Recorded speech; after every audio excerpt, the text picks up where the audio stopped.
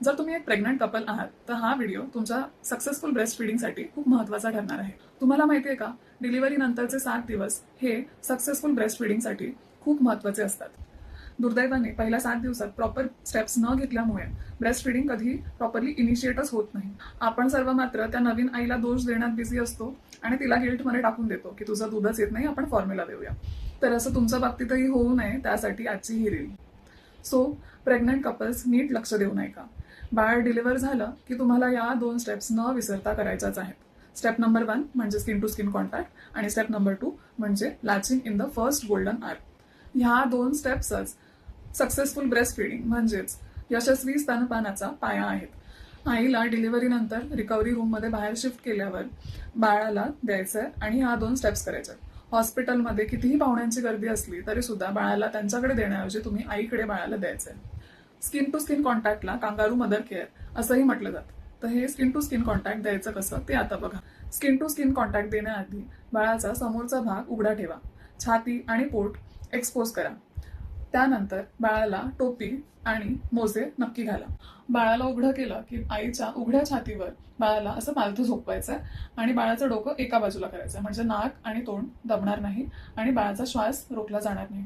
बाळाची पाठ जर उघडी असेल तर एका कपड्याने किंवा ब्लँकेटनी कव्हर करायचे, जेणेकरून बाळ थंड पडणार नाही. जर काही कारणास्तव आई हे करू शकत नसेल तर बाळाच्या बाबांनी किंवा बाळाच्या आजीने हे कांगारू मदर केअर किंवा स्किन टू स्किन कॉन्टॅक्ट बाळाला द्यायचे आहे. ह्या स्किन टू स्किन कॉन्टॅक्टचे अनेक फायदे आहेत.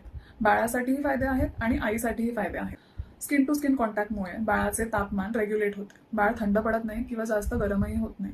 त्यानंतर बाळाचे हार्ट रेट म्हणजे हृदयाचे ठोके आणि ब्रीदिंगचा पॅटर्न किंवा रेस्पिरेटरी रेट स्टेबिलाइज होते. बाळाचं ओव्हरऑल व्हायटल्स नॉर्मलाइज होतात.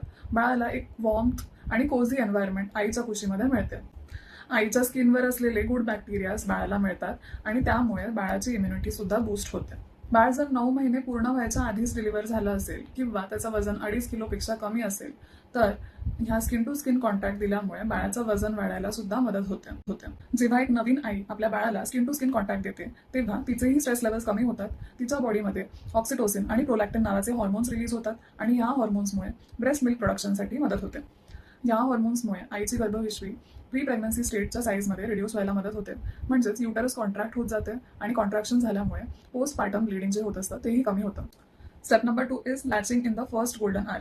ह्या स्टेपबद्दल नेक्स्ट व्हिडिओमध्ये डिटेलमध्ये डिस्कशन करणार आहे. तोपर्यंत तुम्हाला हा व्हिडिओ आवडला असेल तर नक्की लाईक करा, तुमच्या प्रेग्नंट कपल फ्रेंड्सना हा व्हिडिओ नक्की शेअर करा आणि stay tune for my next video. Bye.